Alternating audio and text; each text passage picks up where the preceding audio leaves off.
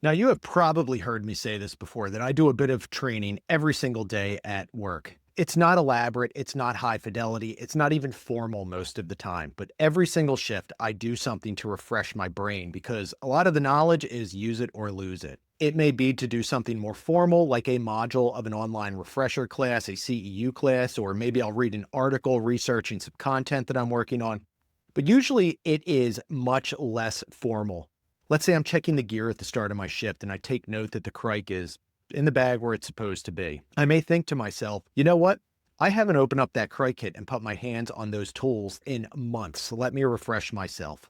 Or I'll be listening to the radio and I'll hear another unit get dispatched for a pediatric seizure.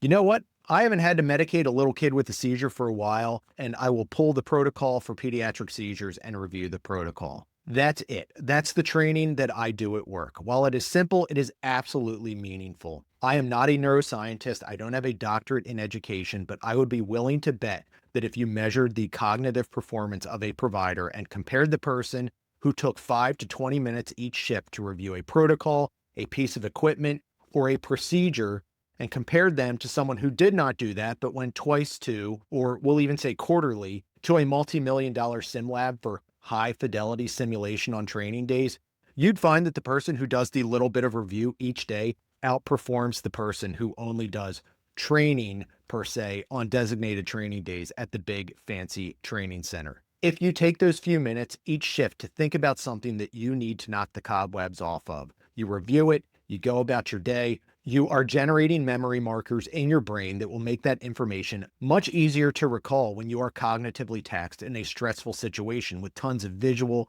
auditory, and mental stimulation and data points being thrown at you. It will make you more effective. That is the very definition of fighting complacency.